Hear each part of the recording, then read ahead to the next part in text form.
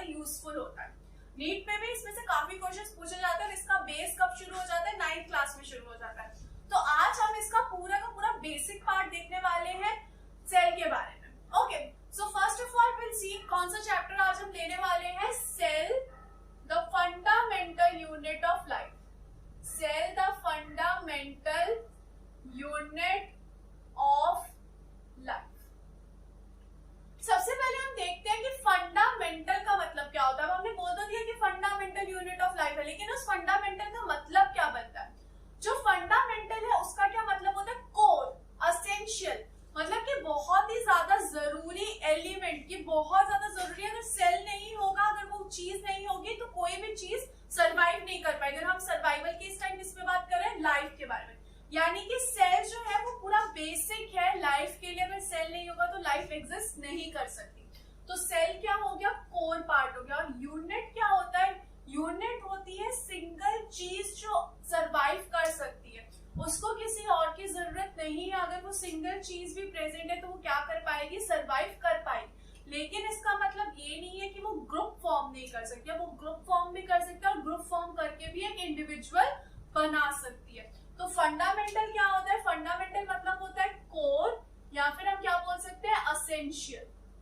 और यूनिट का मतलब क्या होता है? इंडिविजुअल जो क्या कर सकती है? एग्जिस्ट कर सकती है। उसको किसी और की जरूरत नहीं है, लेकिन वो ग्रुप के फॉर्म में भी प्रेजेंट हो सकती है। ठीक है, जरूरी नहीं है कि वो सिंगल ही प्रेजेंट हो। अब जो सबसे पहले सेल को किसने देखा था? सबसे पहले सेल को देखा था रॉबर्ट हुक नाम के साइंटिस्ट ने, जिन्होंने कब देखा था? 1665 में। सबसे पहले फर्स्ट टाइम किसने सीन किया था सेल को? वो थे रॉबर्ट हुक नाम के साइंटिस्ट। उन्होंने कब किया था? 1665 में सेल को डिस्कवर किया था। अब ये जो साइंटिस्ट है इसका नाम आप आराम से याद रख सकते हैं। हुक जो है घर में अपने हर सबके घर में होता है हुक। तो रॉबर्ट हुक, और रॉबर्ट तो हिंदी मूवीज में बहुत सारे विलन्स के नाम होते ही है। तो रॉबर्ट हुक, हुक जो है घर में होता ही है सबके घर में। तो रॉबर्ट हुक आराम से आपको लर्न हो जाएगा, ये जो साइंटिफिक नेम है, साइंटिस्ट का नाम है। तो रॉबर्ट हुक ने फर्स्ट टाइम सेल को देखा था। फर्स्ट टाइम इन्होंने क्या देखा था? सेल को देखा था। किसमें देखा था? सेल्फ मेड माइक्रोस्कोप में। इन्होंने खुद एक माइक्रोस्कोप बनाया था, उसमें इन्होंने देखा था सेल को। माइक्रोस्कोप क्या होता है? कोई भी टाइनी चीज जो कि हमें नेक्ड आई से नहीं दिखेगी, वो हम किससे में देख लेते हैं? माइक्रोस्कोप में देख लेते हैं। तो माइक्रोस्कोप में हमें वो चीज बड़ी दिख जाती है और हमें वो चीज क्लियरली दिख जाती है। तो इसको हम क्या बोलते हैं? माइक्रोस्कोप। तो उन्होंने सेल्फ मेड माइक्रोस्कोप में फर्स्ट टाइम देखा था। किसमें देखा था? इन्होंने देखा था कॉर्क में। कॉर्क क्या होता है? कॉर्क अगर आपने देखा था बहुत सारी बॉटल्स की जो क्लोज करते हैं, बॉटल्स को क्लोज करते हैं, तो कभी कभी वो जो क्लोजिंग वाला ढक्कन होता है वो वुड का बना होता है। तो उसको हम क्या बोलते हैं? कॉर्क। और वो कॉर्क बना किसका होता है? बार्क ऑफ ट्री का बना होता है। बार्क मतलब क्या? वो जो स्टेम का वुडन पार्ट होता है, ट्री में जो स्टेम का वुडन पार्ट होता है उसको हम क्या बोलते हैं? बार्क बोलते हैं। तो उन्होंने इसके बहुत छोटे पीस किए थे नाइफ से और इनको देखा था माइक्रोस्कोप के अंदर। तो जब उन्होंने माइक्रोस्कोप में देखा तो उन्हें कैसे स्ट्रक्चर्स दिखे? उन्हें बहुत सारे कंपार्टमेंट दिखे। एक कंपार्टमेंट नहीं, बहुत सारे कंपार्टमेंट दिखे। और सारे कंपार्टमेंट कैसे थे? हेक्सागोनल स्ट्रक्चर के थे। ऐसे हेक्सागन थे, बहुत सारे कंपार्टमेंट्स प्रेजेंट थे। तो ये जो है सिमिलर ऑफ हनी कॉम्ब लगा था। उनको ये कैसा लगा था? हनी कोम के स्ट्रक्चर के जैसे दिखा था। बहुत सारे कंपार्टमेंट थे और कंपार्टमेंट का स्ट्रक्चर कैसा था? हेक्सागोनल। उनको समझ नहीं आया कि व्हाट इज दिस क्लियरली, क्योंकि तब पता नहीं था, ना तब माइक्रोस्कोप थे, ना किसी ने सेल को इन्वेंट किया था। तो इन्होंने इसका नाम क्या दे दिया था? सेल्यूले। रॉबर्ट हुक ने क्या बोला इसको? सेल्यूले बोला। सेल को क्या बोला? सेल्यूले। ये जो सेल है, अगर हम देखें, अभी हमने बोल दिया कि सेल क्या है? बेसिक यूनिट ऑफ लाइफ है। तो फॉर एग्जांपल अगर इमेजिन करो आपका घर है, आपके घर में क्या होगा? आपका कमरा होगा या कमरे होंगे। तो विदाउट अ रूम, क्या आप अपने घर को इमेजिन कर सकते हो? बहुत सारे कमरे मिलकर ये घर को मिला रहे हैं। नहीं तो घर क्या होता है? घर कुछ भी नहीं है। बहुत सारे रूम्स मिलकर एक घर को बनाते हैं, सिमिलरली बहुत सारे सेल्स मिलकर एक ह्यूमन बॉडी या एक ऑर्गेनिज्म की बॉडी बनाते हैं। इसलिए हम सेल को क्या बोलते हैं, बेसिक यूनिट ऑफ लाइफ। या फिर एक जेल को हम कंसीडर कर सकते हैं। जेल में भी क्या होता है, बहुत सारे सेल्स होते हैं, बहुत सारे कंपार्टमेंट होते हैं जिनमें प्रिजनर्स रहते हैं, तो हम उनके बिना एक जेल को भी नहीं इमेजिन कर सकते। तो ऐसे ही बहुत सारे सेल्स के स्ट्रक्चर होते हैं। सेल क्या है, सेल एक्चुअली लैटिन वर्ड है। क्या, कौन सा वर्ड है, cell is a Latin word. और इसका वैसे मतलब क्या होता है, इसका वैसे मतलब होता है कंपार्टमेंट। क्या मतलब है, कंपार्टमेंट, बहुत सारे कंपार्टमेंट है, ठीक है। तो अगर हम सेल को देखें तो सबसे पहले किसने देख लिया था, रॉबर्ट हुक ने देख लिया था। उसके बाद सेल को किसने देखा, ये वाला जो बार्क था ये तो कैसा होता है, डेड होता है, लिविंग तो है नहीं, ये कैसा है, डेड है। तो इसके बाद सेल को किसने देखा, इसके बाद सेल को देखा था एंटन वॉन ल्यूवेनहुक ने। सेकेंड टाइम किसने देखा था, एंटन वॉन ल्यूवेनहुक ने देखा था सेल को। ये जो साइंटिस्ट है इन्होंने एक लिविंग सेल को देखा था। किसको देखा था, एक लिविंग सेल को इन्होंने देखा था। इन्होंने बहुत सारे सेल्स देखे, फॉर एग्जांपल आरबीसी। आरबीसी क्या होता है, रेड ब्लड सेल, स्पर्मेटोजोआ, और क्या देखा था इन्होंने, मसल सेल्स। ये सारे बहुत सारे लिविंग सेल्स होते हैं। फॉर एग्जाम्पल अगर हम घर को भी कंसीडर करें तो एक जो घर है बहुत डिफरेंट टाइप के रूम से बना होता है। फॉर एग्जाम्पल एक किचन होता है, एक बाथरूम होता है, एक रूम होता है, एक हॉल होता है, एक ड्राइंग रूम होता है, ऐसे बहुत सारे डिफरेंट टाइप के रूम्स होते हैं। ऐसे नहीं कि एक ही टाइप का रूम पूरे घर में प्रेजेंट है। सिमिलरली बॉडी में भी different type of cells present होते हैं। ऐसे नहीं है एक ही सेल प्रेजेंट है, बहुत सारे टाइप के सेल्स प्रेजेंट हो सकते हैं। जैसे कि नर्वस सेल जो ब्रेन में प्रेजेंट होता है, स्किन सेल जो कि यहाँ पे प्रेजेंट हमारे स्किन पे, ब्लड सेल, आरबीसी सेल जो कि कहाँ प्रेजेंट होते हैं, ब्लड में। तो there are different type of cells, different type of cells होते हैं। कैसे कैसे, फॉर एग्जाम्पल आरबीसी जिनको हम क्या बोलते हैं, रेड ब्लड सेल्स, और क्या प्रेजेंट होते हैं, skin cell, nerve cells, muscle cells, ऐसे करके बहुत सारे डिफरेंट टाइप ऑफ सेल्स होते हैं जिनका साइज अलग होता है, जिनका शेप अलग होता है, जो दिखने में अलग होते हैं, हर तरीके से वो अलग होते हैं, similar to different type of rose. अब ये जो एक सेल है, सेल के अंदर भी कुछ प्रेजेंट होगा। जैसे कि रूम है, रूम कैसे बनता है, एक रूम ब्रिक से बना होता है, सीमेंट से बना होता है, उसको बहुत सारी चीजें चाहिए होती है रूम को बनाने में। वैसे ही जो सेल है उसको भी बहुत सारी चीजें चाहिए होती है, तभी हम उसको एक सेल बोल सकते हैं। तो उसके अंदर, एक सेल के अंदर क्या प्रेजेंट होती है, ऑर्गेनेल प्रेजेंट होती है। क्या प्रेजेंट होगी, ऑर्गेनेल्स प्रेजेंट होगी, similar like bricks and cements जो कि एक रूम को बनाते हैं। एक और बहुत इंपॉर्टेंट बात कि अगर समझो मैंने यहाँ पे एक सेल ड्रॉ किया, मैंने इस बोर्ड पे क्या ड्रॉ कर दिया, एक सेल ड्रॉ कर दिया, तो आप इस बोर्ड से ये सेल डिफरेंट है कैसे बता सकते हो। यहाँ पे क्या है ऐसा जो आप बता सकते हो कि हाँ ये सेल है, तो वो क्या है, ये ग्रीन लाइन जो हमने यहाँ पे ड्रॉ किया जो बता रही है कि ये क्या है, एक सेल है, और ये क्या है, बोर्ड है। तो ये जो ग्रीन लाइन है ये क्या हो गई, ये आउटर मेम्ब्रेन होगी ऑफ द सेल, और इसको हम क्या बोलते हैं, इसको हम बोलते हैं प्लाज्मा मेम्ब्रेन, या फिर हम क्या बोलते हैं, सेल मेम्ब्रेन। कि जो सेल की आउटर मोस्ट लेयर होती है जो कि सेल की बाउंड्री को डिफाइन करती है, उसको क्या बोलते हैं हम, प्लाज्मा मेम्ब्रेन या फिर सेल मेम्ब्रेन। क्या होती है ये, आउटर कवरिंग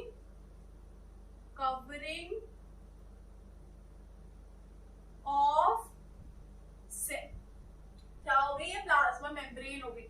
प्लस सेल्स के अंदर क्या प्रेजेंट होते हैं, बहुत सारे ऑर्गेनेल। सेल के अंदर क्या प्रेजेंट होंगे, एक बार के लिए हम ऐसे ही ड्रॉ करते हैं, बहुत सारे ऑर्गेनेल्स प्रेजेंट होंगे सेल के अंदर, ठीक है। तो ये था। अब जो है सेल के अंदर एक और चीज होती है जिसको हम बोलते हैं प्रोटोप्लाज्म। क्या बोलते हैं, प्रोटोप्लाज्म,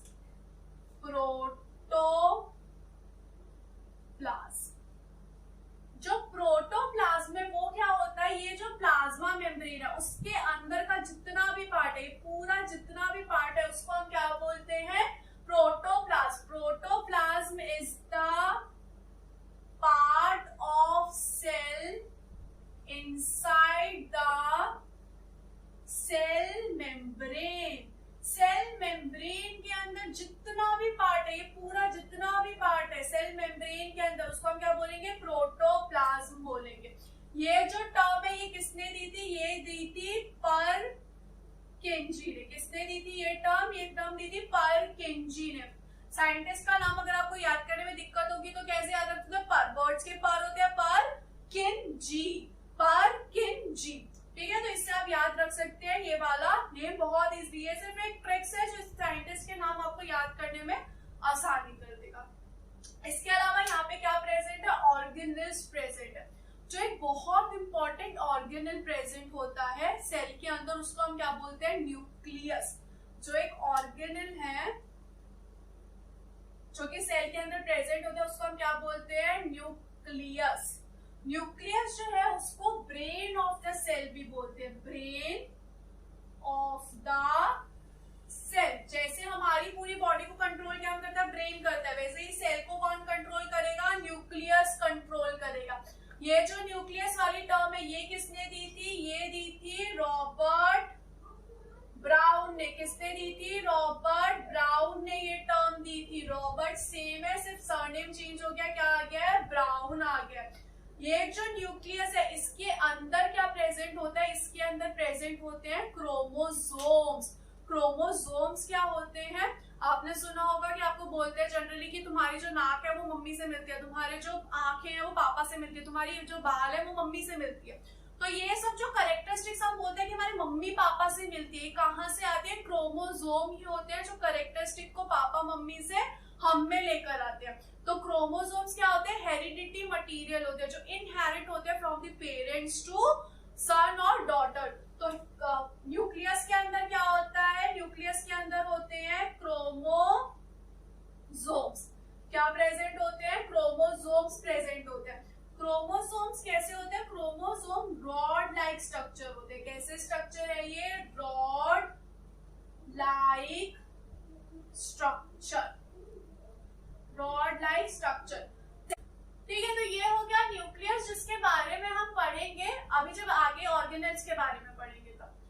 इसके अलावा जो बहुत ही इंपॉर्टेंट पॉइंट है वो है cell theory, that is cell theory. कि सेल के बारे में कुछ थ्योरीज दी गई थी जो कि दो थ्योरीज है। पहली जो थ्योरी है वो दी थी स्क्लीडन एंड श्वान ने।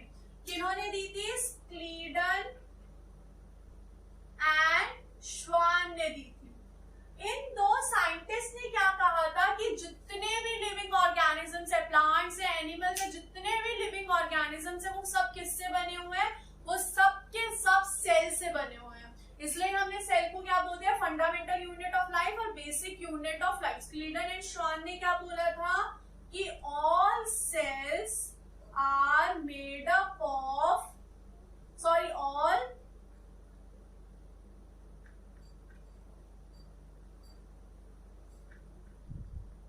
तो स्क्लीडन एंड श्वान ने क्या बोला था कि all organisms are made up of cells. ये बोला था स्क्लीडन एंड श्वान ने। लेकिन क्या स्क्लीडन एंड श्वान ने ये कहीं पे भी बताया कि जो सेल्स है वो आते कहां से? उन्होंने सिर्फ इतना बता दिया कि जो सारे ऑर्गेनिज्म सेल से बने, लेकिन सेल्स आए कहां से? तो ये बात बताई थी विर्चॉ नाम के साइंटिस्ट ने। पहली जो थ्योरी थी वो स्क्लीडन एंड श्वान ने दी थी। सेकंड जो थ्योरी है वो किसने दी थी, वो दी थी विर्चॉ ने। इसको भी याद करने का बहुत अच्छा तरीका, इन साइंटिस्ट को वीर, पंजाबी में वीर भाई को बोलते हैं, चाउमीन, वीर को चाउमीन बहुत पसंद है, ऐसे आप याद रख सकते हो, वीर चौ। इन्होंने क्या बोला था कि जितने भी सेल्स है वो प्री एग्जिस्टिंग सेल्स है। फॉर एग्जाम्पल हम जो ह्यूमन बींग्स, अब हम कहां से, हमारे पेरेंट्स है, हमारे पेरेंट्स कहां से है, उनके पेरेंट्स है, तो सब क्या हुए, इनहेरिट हुए, हम जो है pre existing human beings are. ऐसे ही सेल्स कहां से आते हैं, cells arise from pre existing cells, pre existing cells. जैसे कि अभी एक सेल है वो डिवाइड होगा दो में, फिर ये जो डिवाइड ये जो है प्रोसेस चलता रहेगा। तो कहाँ से आते हैं? Pre existing cell. Okay guys, अगर हम आगे देखें तो जो ऑर्गेनिजम्स होते हैं वो टोटल 2 टाइप के होते हैं। एक होते हैं यूनिसेल्युलर ऑर्गेनिजम्स और एक होते हैं मल्टी सेल्युलर ऑर्गेनिजम्स। सो जो ऑर्गेनिजम्स होते हैं वो कितने टाइप के हैं? 2 टाइप के। Organisms are of 2 type. First is unicellular organism and the second one is multicellular organism. Multicellular organism. Uni मतलब ही पता चल रहा है, यूनि मतलब सिंगल, और मल्टी मतलब ही पता चल रहा है मल्टीपल। ठीक है, तो ऐसे ऑर्गेनिजम्स में क्या होगा? सिर्फ एक ही सेल होगा, यानी कि वो पूरा का पूरा ऑर्गेनिज्म क्या है? एक सेल है। वही मल्टी सेल्यूलर में बहुत सारे सेल से मिलकर एक ऑर्गेनिज्म बना। फॉर एग्जाम्पल अब तुम हमारा अपनी स्किन पे देखोगे, हमारे स्किन पे हजारों सेल्स प्रेजेंट है, हमारी पूरी बॉडी में करोड़ों सेल्स प्रेजेंट है।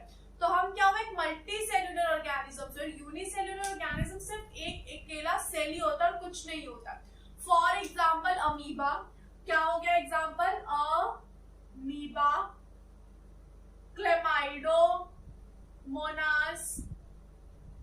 या फिर पैरामीशियम, ये सब क्या हो गए? एग्जाम्पल्स हो गए यूनिसेल्युलर ऑर्गेनिजम्स का। और मल्टी सेल्युलर में कौन आ गए? ह्यूमंस, लायन, टाइगर, ट्री ले लेते हैं कोई, पीपल का ट्री, ऐसे सब किसमें आ गए? मल्टी सेल्युलर ऑर्गेनिजम्स में आ गए। अब क्वेश्चन ये आता है कि जो मल्टी सेल्युलर ऑर्गेनिजम्स है उनमें जितना भी काम होता है वो डिवाइडेड होता है through out the body. For example digestion के लिए हमारा स्टमक काम करता है, हमारे ब्लड पंप करने के लिए हार्ट काम करता है, सोचने के लिए हमारा ब्रेन काम करता है। तो हर एक चीज के लिए जो है डिवीजन ऑफ लेबर है, हर एक चीज अलग अलग ऑर्गेनिज्म, हर अलग अलग पार्ट कर रहा है। जैसे कि डाइजेशन होता है स्टमक में, या हम कह सकते हैं एलिमेंट्री कैनाल में, ब्लड पंप करता है हार्ट, ऐसे अलग अलग जो है ऑर्गन्स प्रेजेंट है जिनमें क्या हो रहा है? Division of labour. तो यहाँ पे ये जो सिंगल सेल ऑर्गेनिज्म है ये कैसे ये सारे फंक्शन करता है, ये कैसे इतना डिवीजन ऑफ लेबर करता है? तो इसमें जितना भी डिवीजन ऑफ लेबर होता है, जितना भी काम होता है, वो कौन करती है? ऑर्गेनिल्स करती है। कौन करेगी? ऑर्गेनिल्स जो है, जितना भी लेबर है वो सारा काम यहाँ पे कौन करेगी? ये ऑर्गेनिल्स करती है। जैसे कि न्यूक्लियस हमने डिस्कस कर लिया, तो आगे उसके अलावा हम और भी डिस्कस करने वाले हैं। तो ये होते हैं 2 टाइप के organism, unicellular organism and multi cellular. दोनों सर्वाइव करते हैं, दोनों सारे काम करते हैं, दोनों सब करते हैं, लेकिन फर्क क्या है? यहाँ पे ऑर्गन्स प्रेजेंट है काम करने के लिए और यहाँ पे ऑर्गेनिल्स प्रेजेंट है काम करने के लिए। हमारे पास भी ऑर्गेनिल्स होती है, लेकिन हमारे जो सेल है ग्रुप में प्रेजेंट होते हैं, ये सिंगल सेल ही सब कुछ काम करता है। तो अब हम सबसे पहले अगर बात करें, हम बात करते हैं सेल की बाउंड्री की, जो कि क्या होती है? Plasma membrane. First of all we discuss about the plasma membrane, या फिर हम दूसरा नाम क्या बोल सकते हैं? सेल मेम्ब्रेन, जो कि क्या होती है? सबसे outermost layer of the cell. ठीक है, तो अगर हम इसकी बात करें प्लाज्मा मेम्ब्रेन की, तो plasma membrane first of all किसकी बनी होती है? प्लाज्मा मेम्ब्रेन 2 कंपोनेंट्स की बनी होती है, जिनका क्या नाम होता है? Lipid and protein. लिपिड अगर हम कॉमन सेंस में बोले जाए तो हम फैट्स बोल सकते हैं, और प्रोटीन्स यानी कि प्रोटीन। तो 2 चीजों की बनी होती है ये कॉन्स्टिट्यूएंट। इसके जो कॉन्स्टिट्यूएंट है वो क्या क्या होते हैं? एक होता है प्रोटीन और एक होता है लिपिड। 2 चीजों की बनी होती है प्लाज्मा मेम्ब्रेन। ये जो प्लाज्मा मेम्ब्रेन है बहुत इंपॉर्टेंट पॉइंट है, इसको बोलते हैं सेलेक्टिवली परमिएबल मेम्ब्रेन। क्या बोलते हैं प्लाज्मा मेम्ब्रेन को? Selectively permeable membrane. Star mark करना, ये पॉइंट बहुत ही ज्यादा इंपॉर्टेंट है। क्या मतलब होता है सेलेक्टिवली परमिएबल मेम्ब्रेन का? सेलेक्टिवली, सेलेक्टिव मतलब सेलेक्ट करना, किसी चीज को क्या करना? सेलेक्ट करना, इस सेलेक्टिव। और परमिएबल मतलब परमिएबिलिटी, पेनिट्रेट करना, मूव करना किसी जगह से, कि ये किसी चीज को कितना अलाउ करती है पास होने के लिए। जैसे कि फॉर एग्जाम्पल अगर हमारा रूम का डोर है, वो क्या करता है? वो हर एक चीज को पास होने देता है। एक ह्यूमन है, उसको पास होने देगा, डॉग आ जाएगा,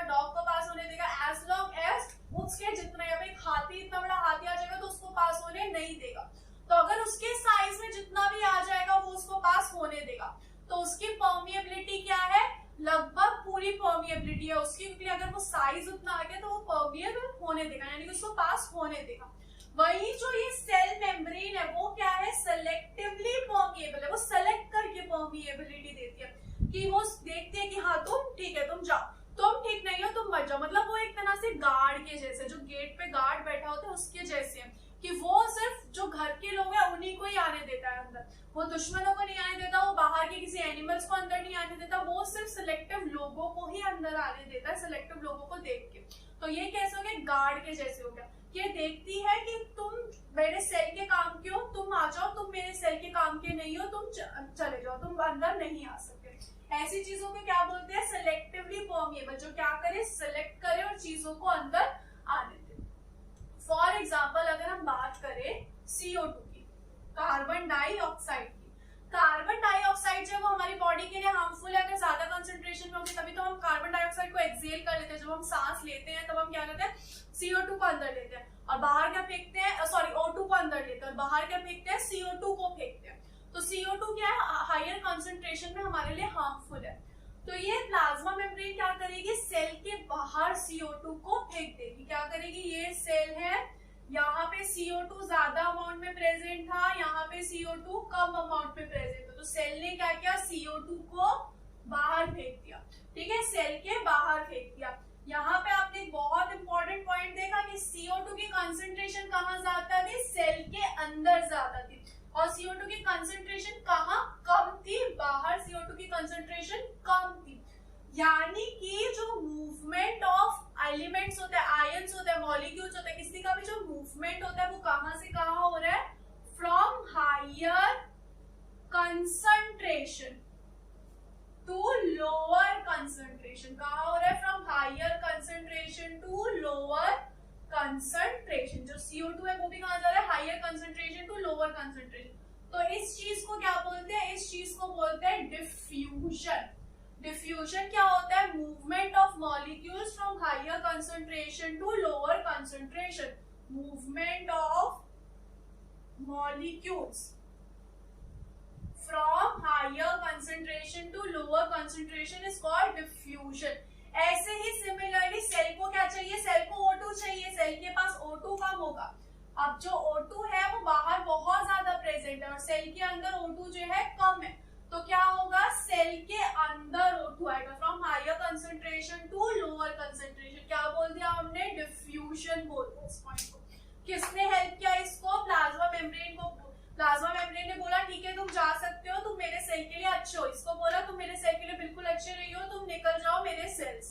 ठीक है, तो ये क्या होती है, ये होती है सेलेक्टिवली परमिएबल। क्या ये कंप्लीटली परमिएबल नहीं है, क्या है ये सेलेक्टिवली परमिएबल मेम्ब्रेन। ठीक है, ये तो हो गई किसी मॉलिक्यूल के बारे में बात। अब वाटर के बारे में क्या, वाटर भी क्या करेगा, from high concentration to low concentration ही मूव करेगा। लेकिन उसमें जो है हम ये जो वर्ड है डिफ्यूजन यूज नहीं करते, हम क्या यूज करते हैं उसकी जगह, ऑस्मोसिस यूज करेंगे। क्या होगा उसकी जगह, ऑस्मोसिस। ऑस्मोसिस क्या होता है, movement of water from its higher concentration to lower concentration, to its lower concentration. ठीक है, कि जो पानी है जहां पे हायर कंसंट्रेशन में प्रेजेंट है, वहां से पानी कहाँ मूव कर रहा है, उसके लोअर कंसंट्रेशन पे मूव कर। इसका मतलब क्या हुआ, समझो यहाँ पे ये एक सेल है, ये एक सेल है, सेल के अंदर क्या प्रेजेंट है, सॉल्यूशन प्रेजेंट। अब सेल के अंदर क्या प्रेजेंट होगा, सॉल्यूशन प्रेजेंट होगा, सॉल्यूशन नंबर 1 प्रेजेंट है। सॉल्यूशन मतलब क्या होता है, ऐसी चीज जिसमें दो चीजें प्रेजेंट है, एक प्रेजेंट है उसमें सॉल्यूट और दूसरा प्रेजेंट है उसमें वाटर। क्या प्रेजेंट है, सॉल्यूट और वाटर। सॉल्यूट मतलब नमक, चीनी, कुछ भी ले लो, इन कॉमन से सॉल्यूट मतलब नमक, चीनी, कुछ भी बोल सकते हैं, और वाटर तो वाटर है। वही बाहर क्या प्रेजेंट है, बाहर प्रेजेंट है सॉल्यूशन नंबर 2, सेम वहां पे क्या प्रेजेंट है, सॉल्यूट प्रेजेंट है, वाटर प्रेजेंट है। अब जो सॉल्यूशन 1 है, सॉल्यूशन 2 है, उसमें जो पानी की कंसंट्रेशन है वो कम है। सॉल्यूशन 2 में पानी की कंसंट्रेशन है वो वाटर इज लेस। किसके कंपैरिजन में? Compare to solution 1। सॉल्यूशन 1 के कंपैरिजन में सॉल्यूशन 2 का जो पानी है वो कम है। तो पानी का मूव कहां से कहां करना चाहिए? यहां से यहां करना चाहिए या यहां से यहां करना चाहिए? ऑब्वियसली कहां से मूव करेगा? 1 से 2 पे। कहां मूव करेगा? 1 से 2 में होगा वाटर का मूवमेंट। क्यों? क्योंकि यहाँ पे क्या है? पानी की कंसंट्रेशन ज्यादा है, यहाँ पे पानी की कंसंट्रेशन क्या है? कम है। इसलिए कहां से कहां मूव करेगा? यहां से, from higher concentration to lower concentration. ठीक है। अब 3 टर्म्स आती है, देखो। अब यहाँ पे ये वाला जो सॉल्यूशन है इसमें पानी की कंसंट्रेशन क्या है? वाटर की कंसंट्रेशन लेस है। तो इसमें क्या होगा? सॉल्यूट जो है मोर होगा। सॉल्यूट क्या होगा? मोर होगा एज कंपेयर टू दिस। अभी अगर मैं मान लूं कि 100 सॉल्यूशन है, सॉल्यूशन जो है वो क्या है? 100 है, तो उसमें से इसमें पानी ज्यादा है तो इसमें हो गया 60 पानी और 40 सॉल्यूट। क्या हो गया? 40 सॉल्यूट। वहीं पे इसमें क्या हो गया? इसमें हो गया 60 सॉल्यूट और 40 वाटर। ठीक है। तो ऐसा सॉल्यूशन जहां पे सॉल्यूट ज्यादा हो, ध्यान से सुनो, ऐसा सॉल्यूशन जिसमें क्या हो? सॉल्यूट ज्यादा और वाटर क्या हो? कम हो, ऐसे चीज को हम क्या बोलते हैं? Hypertonic solution. हाइपरटोनिक सॉल्यूशन मतलब ऐसा सॉल्यूशन जिसमें क्या है? High amount of solute present है। High amount of solute present है, उसको हम क्या बोलते हैं? हाइपरटोनिक। अभी अगर तुम्हारे मम्मी या पापा को कभी गुस्सा आ जाता है, तुम कहते हो ना इतना हाइपर क्यों हो रहे हो? हाइपर मतलब ज्यादा, क्यों ज्यादा कर रहे हो? हाइपरटोनिक मतलब ज्यादा। क्या ज्यादा है? सॉल्यूट ज्यादा है। वहीं जिसमें जो सॉल्यूट है वो कम होगा उसको हम क्या बोलेंगे? हाइपोटोनिक। क्या बोलेंगे? हाइपोटोनिक सॉल्यूशन, यानी कि सॉल्यूशन जिसमें लेस अमाउंट ऑफ सॉल्यूट। क्या हो? जिसमें लेस अमाउंट ऑफ सॉल्यूट, इसको हम क्या बोलते हैं? हाइपोटोनिक। तो अगर हम 3 केसेस ले, अगर हम ले 3 केसेस, पहला केस अगर मैंने लिया, पहले केस में क्या था? सेल है, ठीक है। सेल के अंदर क्या है? सेल के अंदर जो है हाइपोटोनिक कंडीशन है। सेल के अंदर है हाइपोटोनिक कंडीशन, और सेल के बाहर कैसी कंडीशन है? सेल के बाहर है हाइपरटोनिक कंडीशन। हाइपरटोनिक मतलब सॉल्यूट ज्यादा, हाइपोटोनिक यानी कि सॉल्यूट कम, पानी ज्यादा। मूवमेंट ऑफ वाटर कहां होगा? अंदर से बाहर। Movement of water will be from inner to outside, क्योंकि यहाँ पे क्या है? पानी की कंसंट्रेशन ज्यादा है। तो अब क्या होगा? पानी जो है बाहर जा रहा है, जा रहा है, जा रहा है, जा रहा है। इसकी वजह से क्या होगा? आफ्टर अ टाइम ये जो सेल है वो हो जाएगा श्रिंक। सेल क्या हो जाएगा? श्रिंक हो जाएगा। ऐसे पूरा श्रिंक हो जाएगा। उसने अपना पानी किसको दे दिया? बाहर दे दिया। तो this will result into shrinkage of cell. क्या हो जाएगा? श्रिंकेज ऑफ सेल हो जाएगा। अगर सेल कैसा है? हाइपोटोनिक है। फर्स्ट कंडीशन क्या है? सेल इज हाइपोटोनिक, तो उसमें क्या हो जाएगा? जो श्रिंकेज ऑफ सेल हो जाएगी। अगर हम सेकेंड कंडीशन लें, सेकेंड कंडीशन में क्या है? Cell is hypertonic. Cell is hypertonic यानी कि बहुत ज्यादा सॉल्यूट की कंसंट्रेशन है। सेल के अंदर क्या है? सॉल्यूट की कंसंट्रेशन बहुत ही ज्यादा है, और सेल के बाहर कैसा है? हाइपोटोनिक। तो पानी की कहां से होगी? पानी की होगी अंदर, बाहर से एंट्री। वाटर जो है बाहर से अंदर एंटर करेगा। तो ऐसी कंडीशन में क्या होगा? ऐसी कंडीशन में जो सेल है वो क्या हो जाएगा? स्वेल हो जाएगा। क्या हो जाएगा? सेल स्वेल हो जाएगा। जैसे कि आप कभी कभी रात में भिगो के रखते होंगे राजमा या फिर छोले, ये सब घर में जब आप भिगो के रखते हो रात में, तो क्या होता है? अगले दिन वो फूल जाते हैं, नरम हो जाते हैं, फूल जाते हैं। क्यों ऐसा होता है? क्योंकि जो बाहर था पानी का कंसंट्रेशन बहुत ज्यादा था, उसकी वजह से जो पानी है वो कहाँ आ गया, अंदर आ गया, जिसकी वजह से वो सब जो है वो स्वेल हो गए। क्या हो गए, स्वेल। ठीक है, ये दो कंडीशंस थी। अब तीसरी कंडीशन क्या आती है, cell is isotonic. Third condition है सेल इज आइसोटोनिक। आइसो मतलब क्या होता है, सेम। आइसो मतलब क्या है, सेम। क्या ये जो सेल है, ये सेल क्या है, इसका वाटर का कंसंट्रेशन और इसका वाटर का कंसंट्रेशन क्या है, एक जैसा है। यहाँ पे 50 ml ऑफ वाटर है तो यहाँ पे भी 50 ml वाटर है। यहाँ पे अगर 5 ग्राम सॉल्यूट है तो यहाँ पे भी कितना है, 5 gram of solute he present है। तो क्या है, equal amount of H2O and solute in water, sorry, in cell and outside, तो क्या कोई मूवमेंट होगा, कोई मूवमेंट नहीं होगा, क्योंकि दोनों ही तरफ क्या है, बराबर ही बात है। तो ना सेल स्वेल होगा ना सेल श्रिंक होगा।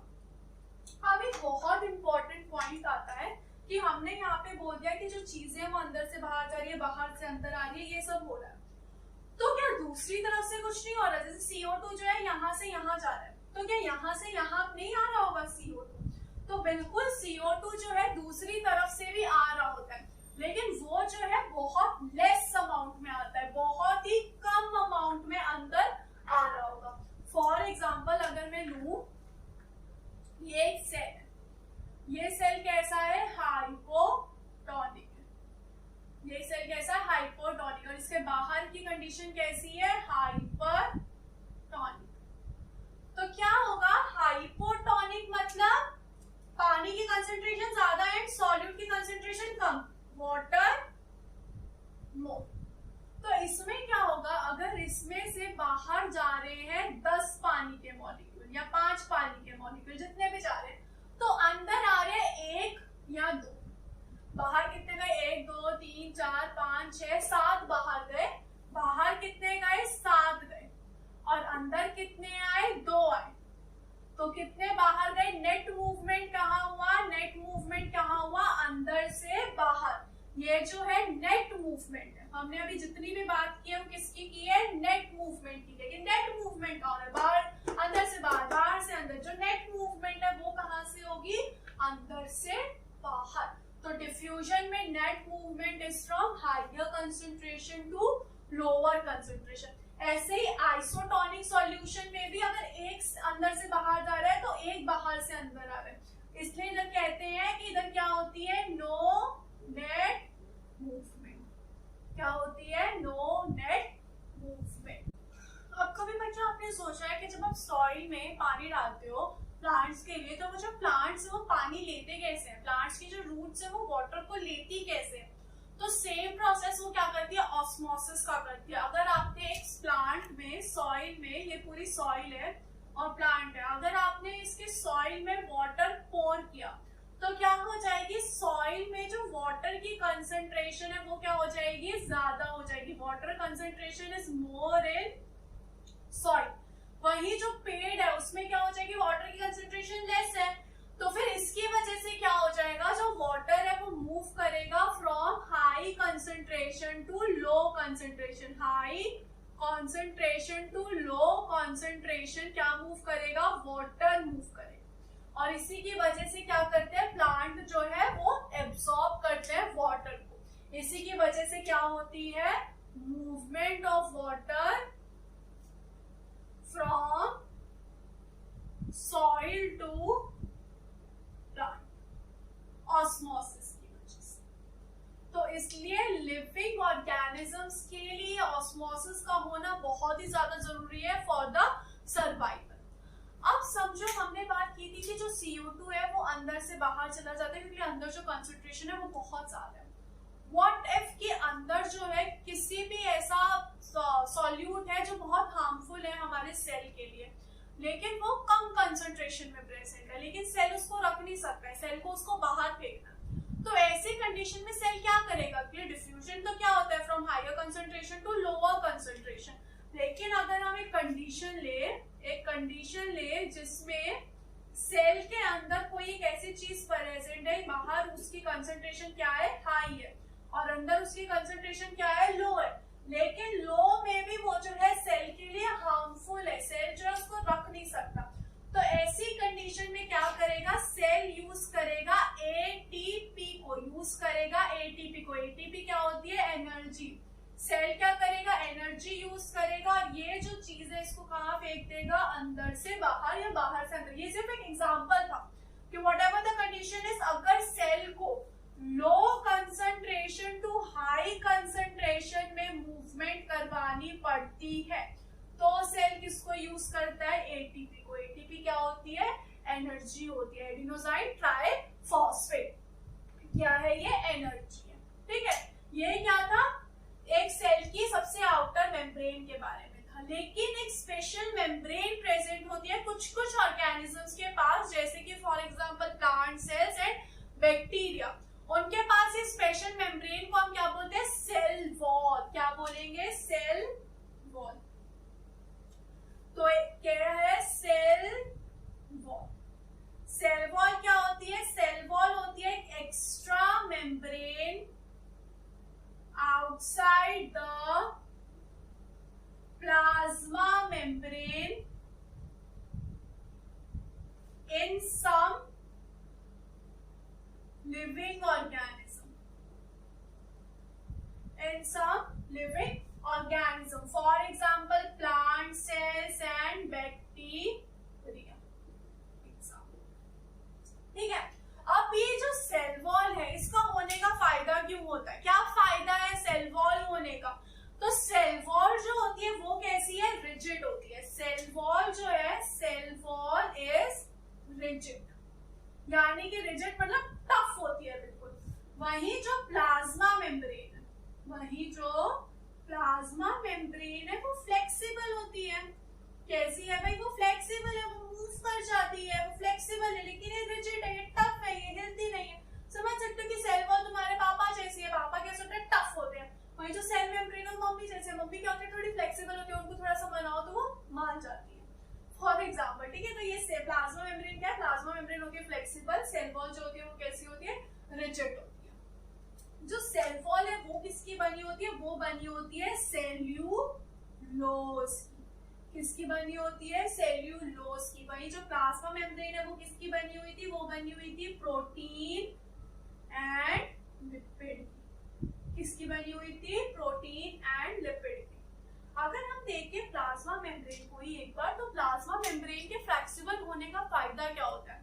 ठीक है, अभी हम देखेंगे सेल वॉल के रिजिड होने का क्या फायदा होता है, लेकिन पहले हम देख लेते हैं कि प्लाज्मा मेम्ब्रेन के फ्लेक्सिबल होने का क्या फायदा होता है। तो प्लाज्मा मेम्ब्रेन के फ्लेक्सिबल होने का ये फायदा है कि इसकी वजह से कुछ ऑर्गेनिजम्स जो सिंगल सेल्यूलर होते हैं या मल्टी सेल्यूलर ऑर्गेनिजम्स में भी अगर फूड को, अगर चीज को अंदर लेना है तो हम ले सकते हैं, किसी चीज को बाहर फेंकना है तो हम फेंक सकते हैं। जैसे कि फॉर एग्जाम्पल अगर मैं लूं अमीबा का, एग्जाम्पल मैंने लिया अमीबा का। अमीबा जो है वो उसका कोई शेप नहीं होता है, वो एक ऐसा ऑर्गेनिज्म होता है। ठीक है, ये क्या, उसकी प्लाज्मा मेम्ब्रेन, ऐसे स्ट्रक्चर को अमीबा में कहते हैं सूडोपोडिया। क्या कहते हैं, सूडोपोडिया कहते हैं। अब ये जो है इसकी सेल मेम्ब्रेन जो मूव कर सकती है, फ्लेक्सिबल है, मूव कर सकती है, ऐसे वैसे कैसे भी वो मूव कर सकती है। अब समझो अमीबा के यहाँ पे आ गया फूड, ये क्या है, अमीबा के यहाँ पे फूड। अब इसको अमीबा को इस फूड को लेना है अंदर, एनकल्फ करना है, अंदर लेना। तो ये क्या करेगी, ये इसकी थी सेल मेम्ब्रेन, यहाँ पे था फूड, तो ये धीरे धीरे अपनी जो प्लाज्मा मेम्ब्रेन है उसको ऐसा बड़ा कर लेगी, ऐसा घुमा के बड़ा कर लेगी, और इस फूड को क्या ले लेगी, अंदर ले लेगी। ठीक है, और यहाँ ये पूरा इसके आ गया फूड इसके अंदर। ऐसे प्रोसेस को हम क्या बोलते हैं, एंडोसाइटोसिस। क्या बोलते हैं, एंडोसाइटोसिस।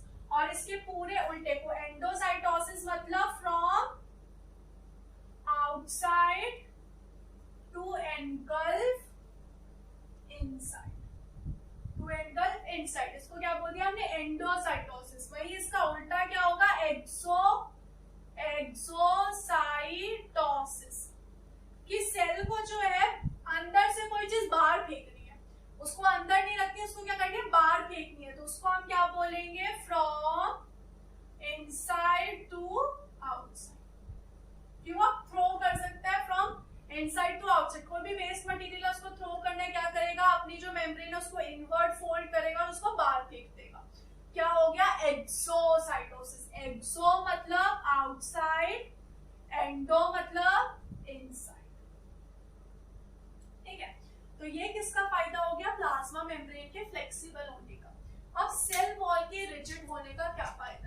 याद है हमने ऑस्मोसिस में बोला था कि जब ऑस्मोसिस होती है तब सेल क्या हो जाता है, श्रिंक हो जाता है, या सेल क्या हो जाता है, स्वेल हो जाता है। बट ये प्लाज्मा, ये जो सेल वॉल है ये रिजिड है, प्लांट सेल में और बैक्टीरिया सेल में ये रिजिड है। तो क्या ये स्वेल होगी, क्या ये कॉन्ट्रैक्ट होगी, क्या ये श्रिंक होगी? नहीं, ये श्रिंक भी नहीं होती ऑस्मोसिस में और ये कॉन्ट्रैक्ट भी नहीं होती ऑस्मोसिस में। ऐसा कैसे, वो हम देखते हैं। अब हम एग्जांपल ले रहे हैं, समझो एक प्लांट सेल का जिसके पास क्या प्रेजेंट है, सेल वॉल प्रेजेंट है। तो ये हो गया एक सेल वॉल, ये क्या है, सेल वॉल, और इसके अंदर क्या प्रेजेंट है, सेल मेम्ब्रेन। ये क्या है, सेल मेम्ब्रेन, और इसके अंदर सब ऑर्गेनल्स वगैरह, उसको भी हम डिटेल में नहीं देख रहे, ठीक है। अब सेल के बाहर समझो हमने रख दिया क्या, हाइपोटोनिक सॉल्यूशन। सेल के बाहर हमने रख दिया, सॉरी पहले हाइपरटोनिक देख लेते हैं। सेल के बाहर हमने रख दिया हाइपरटोनिक सॉल्यूशन। हाइपरटोनिक सॉल्यूशन है तो सेल के अंदर मतलब कैसा सॉल्यूशन है, हाइपोटोनिक। वाटर कहाँ जाएगा, अंदर से बाहर जाएगा। तो वाटर ने तो मूवमेंट करना शुरू कर दिया फ्रॉम इनसाइड टू आउटसाइड। अब इस कंडीशन में क्या होता, एनिमल सेल में होता कि सेल जो है वो श्रिंक हो जाएगा, लेकिन प्लांट सेल में ऐसा बिल्कुल भी नहीं होगा। प्लांट सेल में क्या होगा, ये जो सेल वॉल है वो तो रहेगी वही की वही, क्योंकि वो तो कैसी है, रिजिड है। ये जो प्लाज्मा मेम्ब्रेन पहले इससे चिपकी हुई थी वो अलग हो जाएगी, इससे थोड़ी थोड़ी करके, वो थोड़ी थोड़ी करके क्या हो जाएगी, इससे अलग हो जाएगी। थोड़ी देर बाद और अलग हो जाएगी, ऐसे करके अलग अलग हो जाएगी। इसमें जो प्लाज्मा मेम्ब्रेन है उसने श्रिंक किया, लेकिन क्या सेल वॉल ने श्रिंक किया, नहीं किया। तो सेल का जो ओवरऑल स्ट्रक्चर है वो कैसा रहा, वैसा का वैसा ही रहा। ऐसी कंडीशन को हम क्या बोलते हैं, प्लाज्मोलाइसिस। क्या बोलेंगे, प्लाज्मोलाइसिस। कि during the solution is hypertonic outside the cell wall remains the same but the plasma membrane detaches from the cell wall। कि जो प्लाज्मा मेम्ब्रेन है वो क्या हो जाती है, अलग हो जाती है फ्रॉम दी सेल वॉल, क्योंकि उसमें से क्या निकल गया, वाटर निकल गया। तो प्लाज्मोलाइसिस में क्या होता है, cell membrane separates from cell, क्या हो गया, वो सेल वॉल से अलग हो गई। इसको हमने क्या बोल दिया, प्लाज्मोलाइसिस। वही एनिमल सेल में क्या होता, जो सेल है वो क्या कर जाता, श्रिंक कर जाता। अब अगर मैं इसको वंस अगेन पुट करूं हाइपोटोनिक सॉल्यूशन में, किसमें पुट करूं, हाइपोटोनिक सॉल्यूशन में मैंने इसको पुट किया, तो क्या होगा, वाटर अंदर आना शुरू कर देगा। फिर कंडीशन में क्या होगा कि जो वाटर है, ये था ऐसे ऐसे सेल है, फिलहाल वाटर ने क्या किया, अंदर आना मूव कर दिया। तो जैसे जैसे वाटर अंदर आएगा वैसे वैसे क्या होगा, ये सेल बड़ा होता जाएगा, ये सेल होता गया बड़ा, ये हो गया पूरा बड़ा। अब क्या होगा, अब क्या हो जाना चाहिए था, इसको बर्स्ट हो जाना चाहिए था। क्या हो जाना चाहिए था, सेल को बर्स्ट। नॉर्मली क्या हो जाता है, सेल बर्स्ट हो जाता है, फिर प्लाज्मा मेम्ब्रेन प्रेजेंट होगी, लेकिन यहाँ पे सेल बर्स्ट नहीं होगा क्योंकि ये क्या प्रेजेंट है, रिजिड सेल वॉल प्रेजेंट है। तो ये जो सेल है ये प्रेशर लगाएगा, ये जो प्लाज्मा मेम्ब्रेन है ये क्या लगाएगी, प्रेशर लगाएगी, प्रेशर ऑन सेल वॉल। क्या लगा दिया इसने, प्रेशर लगा दिया। किसने लगाया, cell puts pressure on cell wall. वही जो सेल वॉल है वो क्या करती है, वो उल्टा इस पे प्रेशर लगाना शुरू कर देती है। वो क्या करेगी, उल्टा इस पे प्रेशर लगाना शुरू कर देगी। Cell wall puts pressure on cell, जिसकी वजह से ये जो सेल का स्ट्रक्चर है वैसा का वैसा रहता है और सेल जो है बर्स्ट नहीं होता, इधर इक्वल एंड अपोजिट प्रेशर लगता रहता है। तो ये क्या है, सेल वॉल होने का फायदा है कि सेल जो है ना बर्स्ट हुआ ना श्रिंक हुआ, उसका शेप वैसा का वैसा ही रहा। सो गाइस आगे हम देख लेते हैं पहली ऑर्गेनल, जिसको हम क्या बोलते हैं, न्यूक्लियस। पहली ऑर्गेनल है न्यूक्लियस।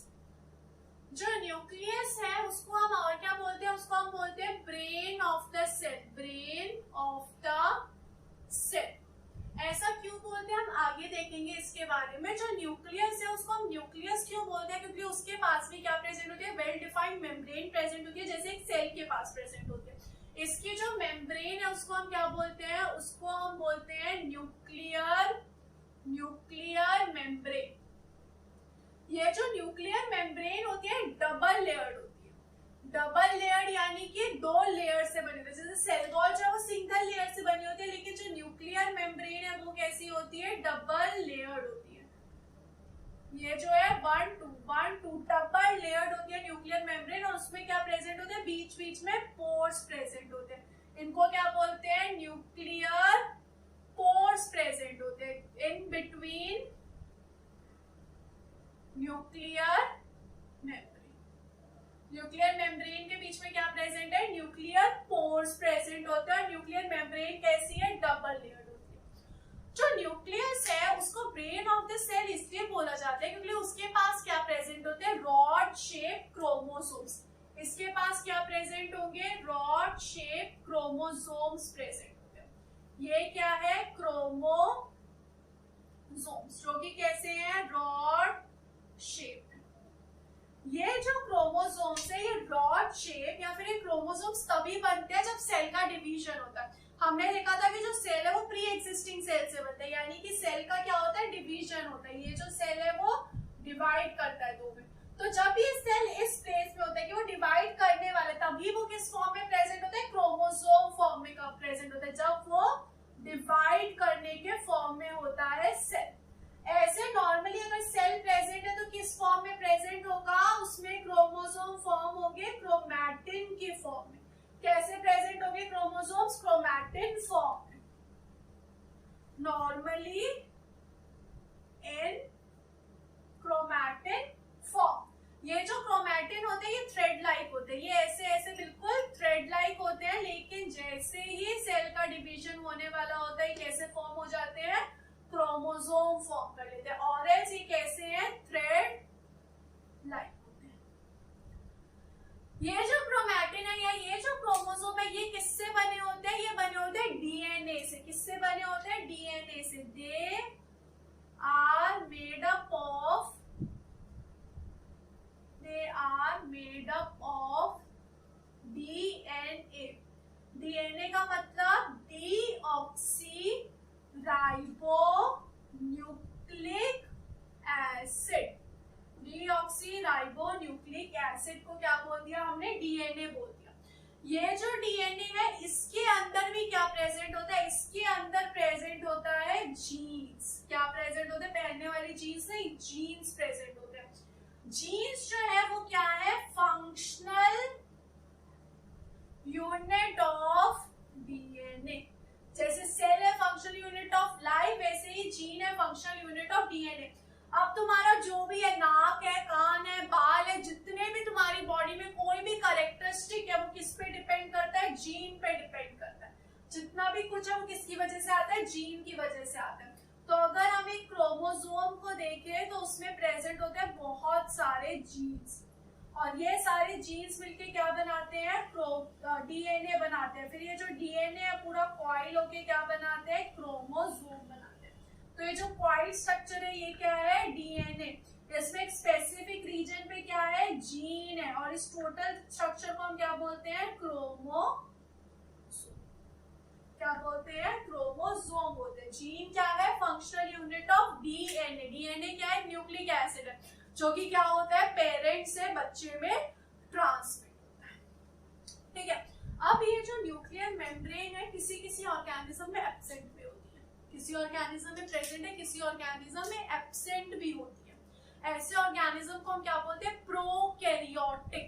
प्रो मतलब प्रिमिटिव, कैरियोटिक मतलब न्यूक्लियस। और जिनके पास प्रेजेंट होती है न्यूक्लियर मेम्ब्रेन उनको क्या बोलते हैं? यूकैरियोटिक। यू मतलब प्रेजेंट, कैरियोटिक मतलब nucleus.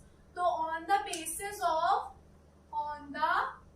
Basis of nuclear membrane organism कितने टाइप के हैं? 2 टाइप।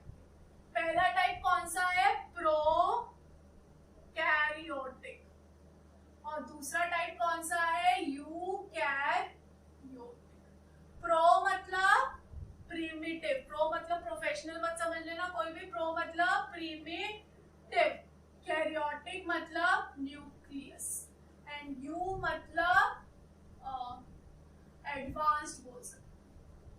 न्यू मतलब एडवांस्ड। तो इनके पास क्या होता है, नो न्यूक्लियर मेम्ब्रेन, इनके पास न्यूक्लियर मेम्ब्रेन प्रेजेंट।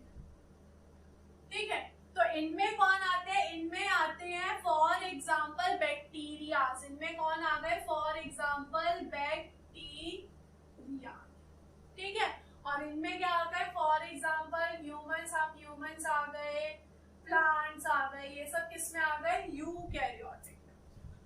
तो यहाँ पे प्रोकैरियोटिक में जिस रीजन में न्यूक्लिक एसिड प्रेजेंट होता है, जैसे कि ये पूरा है एक बैक्टीरिया, तो बैक्टीरिया में यहाँ पे समझो क्या प्रेजेंट है, थ्रेड लाइक ये पूरा स्ट्रक्चर प्रेजेंट है। तो इतना स्ट्रक्चर जहाँ पे न्यूक्लिक एसिड प्रेजेंट होगा, इस पूरे स्ट्रक्चर को हम क्या बोलेंगे, यहाँ पे कोई मेम्ब्रेन तो प्रेजेंट है नहीं ऐसी, तो इस पूरे स्ट्रक्चर को जहाँ पे न्यूक्लिक एसिड प्रेजेंट, उसको हम क्या बोलेंगे, न्यूक्लियोइड।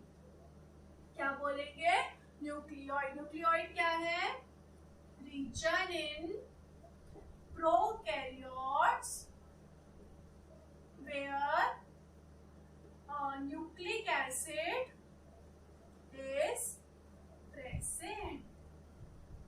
क्योंकि यहाँ पे क्या नहीं है, यहाँ पे न्यूक्लियर मेम्ब्रेन प्रेजेंट नहीं है, तो हम इसको न्यूक्लियस नहीं बोल सकते, इसलिए हमने इसको क्या बोल दिया, न्यूक्लियोइड बोल दिया। लेकिन यूकैरियोट्स में तो न्यूक्लियस प्रेजेंट है, तो इसलिए हमने इधर क्या बोल दिया, न्यूक्लियस को न्यूक्लियस ही बोला, यानी कि उधर न्यूक्लियर मेम्ब्रेन प्रेजेंट है, लेकिन यहाँ पे न्यूक्लियर मेम्ब्रेन प्रेजेंट नहीं है।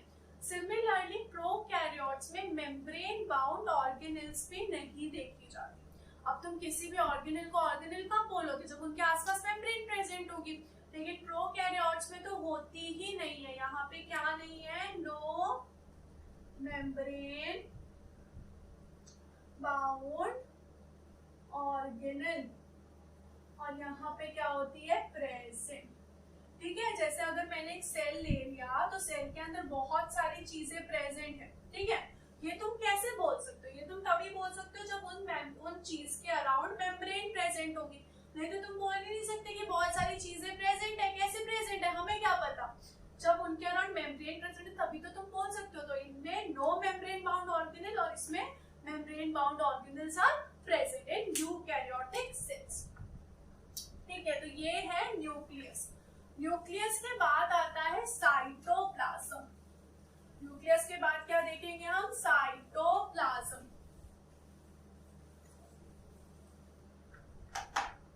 तो नेक्स्ट है साइटोप्लाज्म। साइटोप्लाज्म क्या होता है, साइटोप्लाज्म प्लाज्मा मेम्ब्रेन से लेकर न्यूक्लियस तक जितना भी रीजन है उसको हम क्या बोलेंगे, साइटोप्लाज्म। ये है प्लाज्मा मेम्ब्रेन, ये है न्यूक्लियर मेम्ब्रेन, ये है पीएम, पीएम मतलब प्लाज्मा मेम्ब्रेन, और ये है एनएम, एनएम मतलब न्यूक्लियर मेम्ब्रेन। इन दोनों के बीच में जितना भी रीजन है सब जगह, उसको हम क्या बोलेंगे, साइटोप्लाज्म। उसको हम क्या बोलेंगे, साइटोप्लाज्म। साइटोप्लाज्म जो है फ्लूइड फिल्ड होता है, इसमें क्या फिल्ड है, फ्लूइड फिल्ड होता है साइटोप्लाज्म में। ये कहाँ प्रेजेंट होता है, बिटवीन एनएम यानी कि न्यूक्लियर मेम्ब्रेन एंड पीएम यानी कि प्लाज्मा मेम्ब्रेन। साइटोप्लाज्म के अंदर ही क्या प्रेजेंट होती है, organelles present, organelles are present in cytoplasm. ठीक है, आपको याद होगा हमने बात की थी प्रोटोप्लाज्म की, शुरू में बात की थी प्रोटोप्लाज्म। तो अगर मैं बोलूं प्रोटोप्लाज्म क्या होता है, protoplasm is equals to cytoplasm plus nucleoplasm. Cytoplasm क्या हो गया, ये पूरा रीजन क्या हो गया, साइटोप्लाज्म, और न्यूक्लियोप्लाज्म क्या हो गया, ये वाला रीजन जो है वो क्या हो गया, न्यूक्लियोप्लाज्म। न्यूक्लियस के अंदर जो फ्लूइड है उसको मैं क्या बोल सकती हूँ, न्यूक्लियोप्लाज्म, और इसको मैंने क्या बोल दिया, साइटोप्लाज्म। और दोनों ही चीजें क्या प्रेजेंट है, प्लाज्मा मेम्ब्रेन के अंदर प्रेजेंट। और प्रोटोप्लाज्म क्या होता है, the matter inside the plasma membrane. तो इसको मैं क्या बोल सकती हूँ, साइटोप्लाज्म प्लस न्यूक्लियोप्लाज्म, या फिर इसको मैं बोल सकती हूँ matter inside the plasma membrane. आगे अगर हम ऑर्गेनेल्स को देखें तो एक ऑर्गेनेल कौन सी होती है, एंडोप्लाज्मिक रेटिकुलम। कौन सी है, एंडोप्लाज्मिक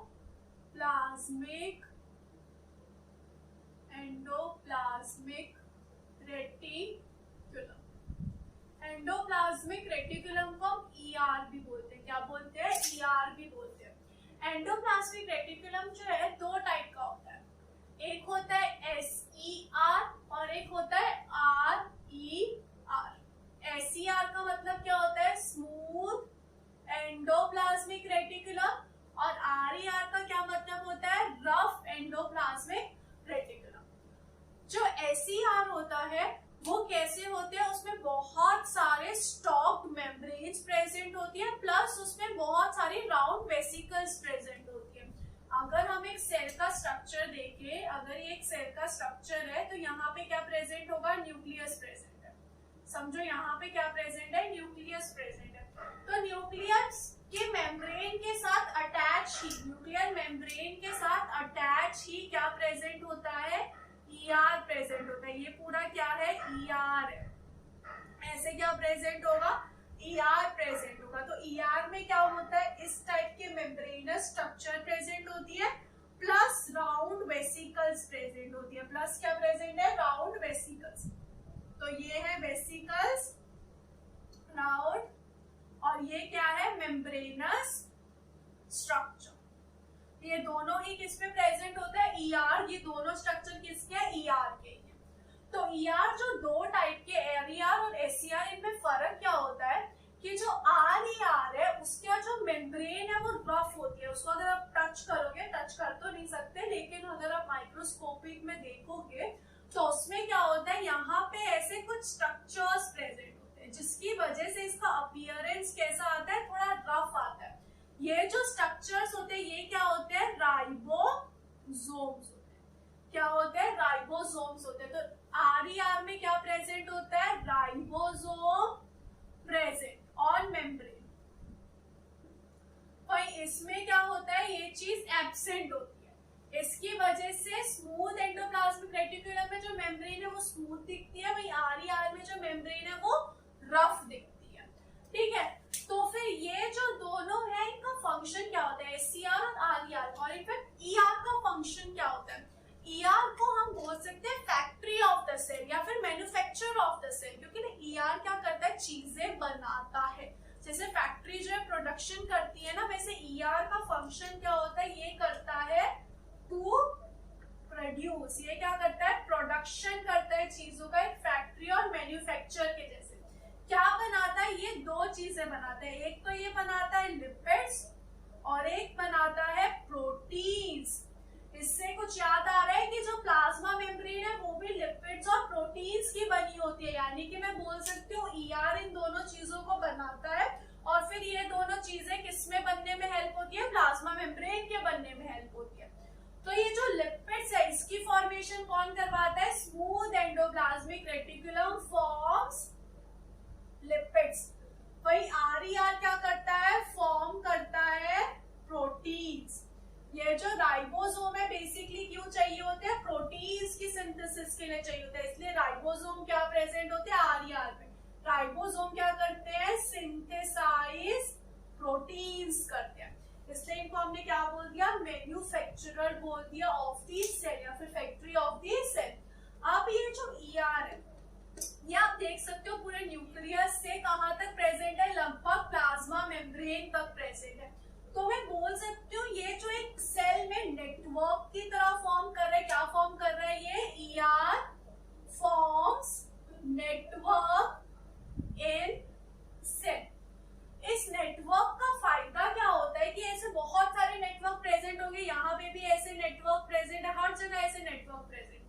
तो इसकी वजह से जो साइटोप्लाज्म में चीजों का मूवमेंट, समझो यहाँ से यहाँ कोई चीज जानी है तो इसके थ्रू जा सकती है, वही न्यूक्लियस से अगर कोई चीज यहाँ जानी है या इस यहाँ से कोई अंदर आनी है चीज, तो भी वो किसके थ्रू हो सकते हैं, ER के थ्रू। तो ER किसमें हेल्प करता है, help in movement of substance. Substance के मूवमेंट में मूव करता है, वो भी स्पेशली क्या, प्रोटीन, क्योंकि उसका रिलेशन किसके साथ है, प्रोटीन्स के साथ है, लिपिड्स के साथ है। तो किसके मूवमेंट में हेल्प करता है, प्रोटीन्स के। फ्रॉम साइटोप्लाज्म टू साइटोप्लाज्म, मतलब एक साइटोप्लाज्म की जगह से दूसरी साइटोप्लाज्म की जगह, और न्यूक्लियस टू साइटोप्लाज्म या फिर और वाइस वर्सा यानी कि उल्टा, साइटोप्लाज्म से दोनों ही चीजें करता है ईआर, ठीक है।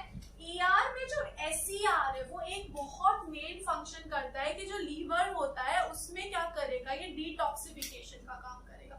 मतलब अगर आपकी बॉडी में आपने कोई भी ड्रग ले लिया, कोई भी पॉइजनस चीज ले ली जो आपके लिए बिल्कुल भी हेल्पफुल नहीं है, तो ये जो एसईआर है वो क्या कर देगा, इसको डिटॉक्सिफाई कर देगा, उसको तोड़ देगा, ताकि वो जो आपको क्या ना करे, हार्म ना करे। तो एसईआर क्या करता है, in liver SER detoxify the harmful substance, को क्या कर देगा, ये डिटॉक्सिफाई कर देगा। तो ये था ईआर के बारे में। नेक्स्ट जो सेल ऑर्गेनेल है वो कौन सी है, गोल्जी। वो कौन सी है, गोल्जी अपैरेटस। गोल्जी अपैरेटस पहली कौन सी थी, ईआर। गोल्जी अपैरेटस का जो नाम है वो कहां से पड़ा, इसको डिस्कवर किया था एक साइंटिस्ट ने जिनका नाम था कैमिलो गोल्जी। ये थे साइंटिस्ट जिन्होंने क्या किया था, गोल्जी अपैरेटस को डिस्कवर किया था। उनके सरनेम से क्या आ गया, गोल्जी अपैरेटस आ गया। गोल्जी अपैरेटस भी क्या फॉर्म होता है, बहुत सारे स्टॉक के फॉर्म में प्रेजेंट होता है। जैसे कि एक सेल है, न्यूक्लियस है, तो यहाँ पे ये बहुत सारे ऐसे स्टॉक्स की तरह पे प्रेजेंट होगा क्या, गोल्जी। और इसको क्या बोलते हैं, इसको बोलते हैं सिस्टरे, सिस्टरने या फिर सिस्टरे। क्या बोलेंगे, सिस्टरे बोलेंगे। किसको, ये जो स्ट्रक्चर है इनको, ये जो ऐसे स्ट्रक्चर है इनको हमने क्या बोल दिया, सिस्टरे बोल दिया, ठीक है। ये सब क्या है, stock like structure, stock like structure, जिसको क्या बोलते हैं, गोल्जी बोलते हैं। अब गोल्जी का मेन काम क्या होता है, गोल्जी अपैरेटस को हम post office of the cell भी बोल सकते हैं, पोस्ट ऑफिस ऑफ सेल भी बोल सकते हैं, क्योंकि यहाँ पे क्या होती है, यहाँ पे होती है चीजों की पैकेजिंग, फिर चीजों को ट्रांसफर किया जाता है। जैसे पोस्ट ऑफिस में क्या होता है, पोस्ट ऑफिस में आप अपनी कोई भी चिट्ठी ले गए, तो चिट्ठी में क्या करेंगे, उसको पैक करेंगे, उसको मॉडिफाई करेंगे, उसमें नाम लिखेंगे, सब लिखेंगे और उसको क्या कर देंगे, पार्सल कर देंगे। तो गोल्जी भी क्या करता है, गोल्जी करता है सब्सटेंस को या किसी भी मटेरियल को क्या करेगा, वो पैक करेगा, मॉडिफाई करेगा और फिर उसको क्या कर देगा, पार्सल कर देगा, या फिर कहीं पे भी मूव कर देगा, या फिर हम बोल सकते हैं ट्रांसफर कर देगा, ट्रांसफर कर देगा। अब गोल्जी क्या करेगा, फॉर एग्जांपल अगर हमने एक सेल लिया, यहाँ पे एक न्यूक्लियस प्रेजेंट है, यहाँ पे प्रेजेंट है ईआर, ईआर के पास प्रेजेंट है गोल्जी और यहाँ पे प्रेजेंट है सेल मेम्ब्रेन। तो समझो ईआर ने बना दिया प्रोटीन। अब इस प्रोटीन को हमें कहां तक लेकर जाना है, प्लाज्मा मेम्ब्रेन तक लेकर जाना है, ताकि प्लाज्मा मेम्ब्रेन में क्या हो सके, प्लाज्मा मेम्ब्रेन की सिंथेसिस हो सके। तो ये जो प्रोटीन है ईआर ने दे दिया किसको, गोल्जी को। फिर गोल्जी क्या करेगा, इसको दे देगा प्लाज्मा मेम्ब्रेन को, ताकि प्लाज्मा मेम्ब्रेन क्या कर सके, अपनी सिंथेसिस कर सके। तो गोल्जी का टर्म क्या होता है, to transfer substance from cell to outside और टू पीएम, पीएम यानी कि प्लाज्मा मेम्ब्रेन, और फ्रॉम आउटसाइड टू सेल। बाहर से भी ये चीजें अंदर ला सकता है या फिर अंदर से ये चीजों को बाहर भी भेज सकता है। ये सारा काम किसका होता है, गोल्जी अपैरेटस का होता है। गोल्जी अपैरेटस का एक और काम क्या होता है, ये फॉर्मेशन ऑफ लाइसोसोम भी करवाता है, फॉर्मेशन ऑफ लाइसोसोम करवाता है। लाइसोसोम क्या होता है, लाइसोसोम हमारी नेक्स्ट ऑर्गेनेल है जिसके बारे में हम पढ़ेंगे। तो नेक्स्ट ऑर्गेनेल हमारी कौन सी है, लाइसोसोम, जिसको हम और क्या बोलते हैं, हम बोलते हैं सुसाइडल बैग। वो ऐसा क्या करता है कि उसको हम सुसाइडल बैग बोलते हैं, वो क्या खुद का सुसाइड कर लेता है, अभी हम देखेंगे। तो नेक्स्ट ऑर्गेनेल क्या है, लाइसोसोम, लाइसोसोम, जिसको क्या बोलते हैं, सुसाइडल बैग भी बोलते हैं। ये जो लाइसोसोम है इनके अंदर क्या प्रेजेंट होता है, इनके अंदर बहुत सारे एंजाइम्स प्रेजेंट होते हैं। एंजाइम्स क्या होते हैं, किसी भी चीज को 2 टुकड़े में तोड़ देता है, 3 टुकड़े या कितने भी टुकड़ों में तोड़ देता है। किसी भी बड़ी चीज को अगर आपको छोटी चीज में तोड़ना है बॉडी के अंदर, तो आपको क्या चाहिए होगा, आपको चाहिए होगा एंजाइम्स। और वो एंजाइम्स कहाँ प्रेजेंट होते हैं, लाइसोसोम में। लाइसोसोम क्या करते हैं, contains digestive enzyme, digestive enzyme. Enzyme क्या करता है? Break down of substance.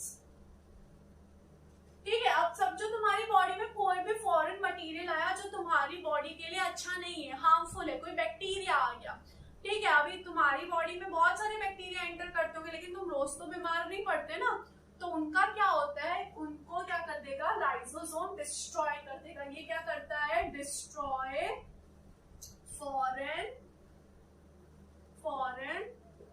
Harmful material. ये क्या करेगा? डिस्ट्रॉय कर देगा फॉरेन हार्मफुल मटेरियल्स को।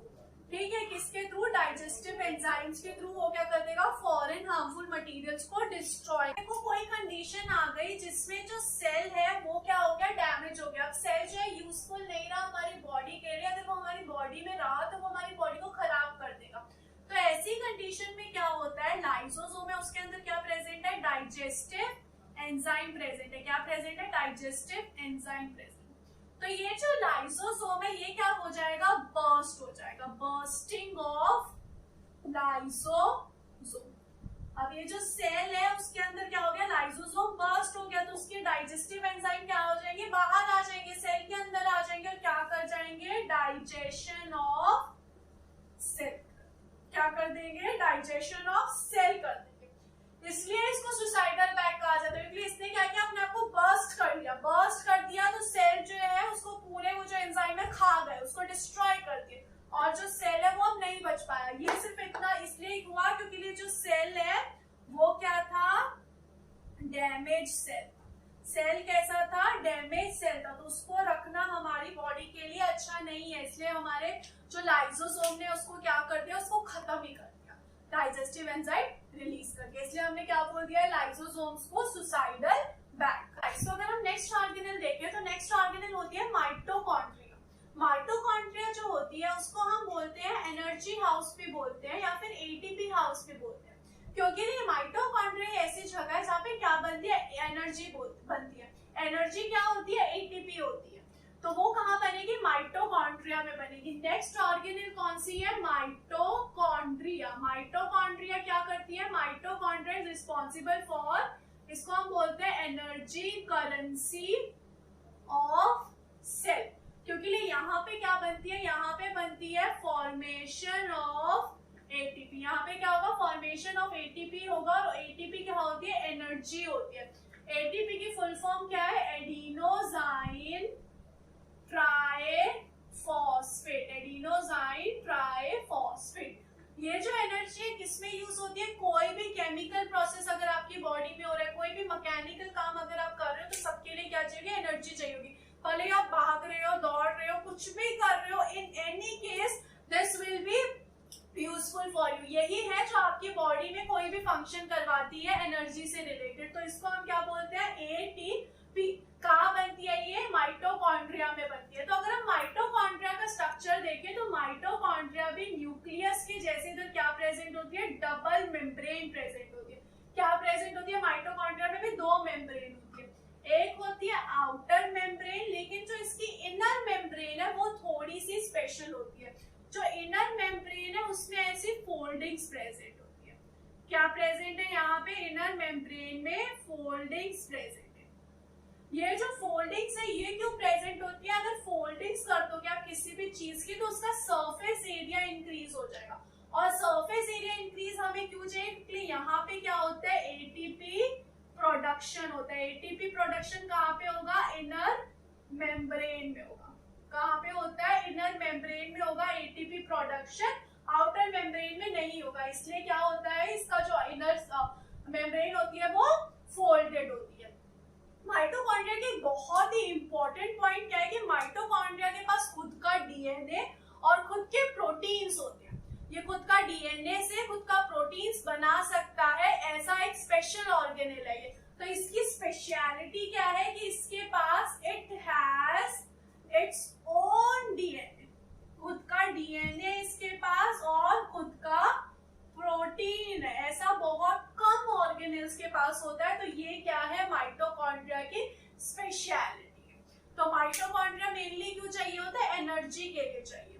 नेक्स्ट जो ऑर्गेनेल है वो कौन सी है? वो है प्लास्टिड।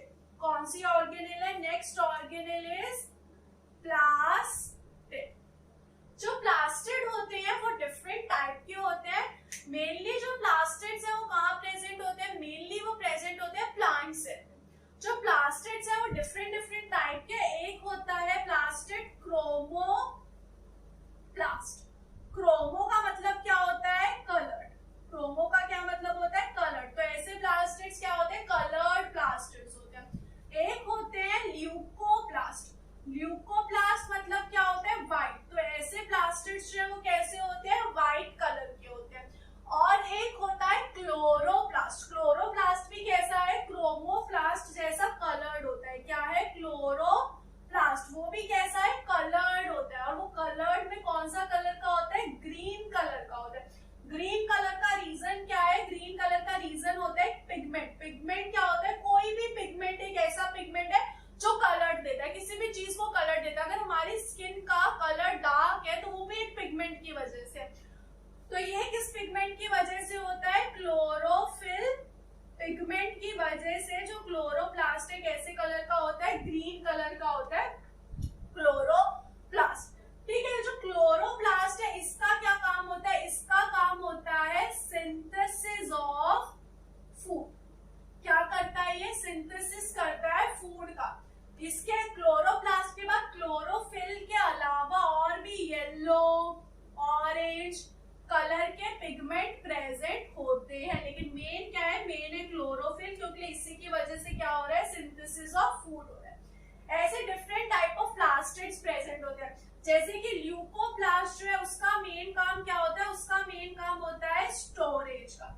ये क्या क्या स्टोर करता है? ये स्टोर करेगा प्रोटीन्स को, फैट को, स्टार्च को। इन सब चीजों की स्टोरेज कौन करता है? ल्यूकोप्लास्ट करता है। क्लोरोप्लास्ट क्या करता है? सिंथेसिस ऑफ फूड करता है क्लोरोफिल की वजह से।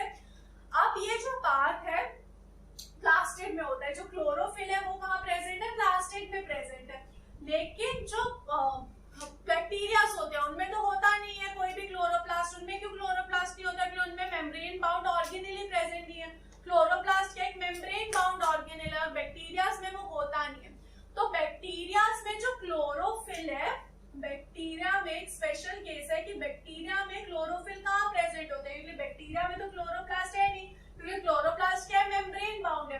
तो बैक्टीरिया में जो उसकी प्लाज्मा मेम्ब्रेन होती है वही इनफोल्डेड होती है, और यहीं पे क्या प्रेजेंट होता है? उसका chlorophyll. Chlorophyll is present in infolding of plasma membrane. किसमें? बैक्टीरिया में। क्योंकि बैक्टीरिया में कुछ बैक्टीरिया होते हैं जो खाना बनाते हैं, तो उनमें कहाँ प्रेजेंट होती है? यहाँ प्रेजेंट होती है।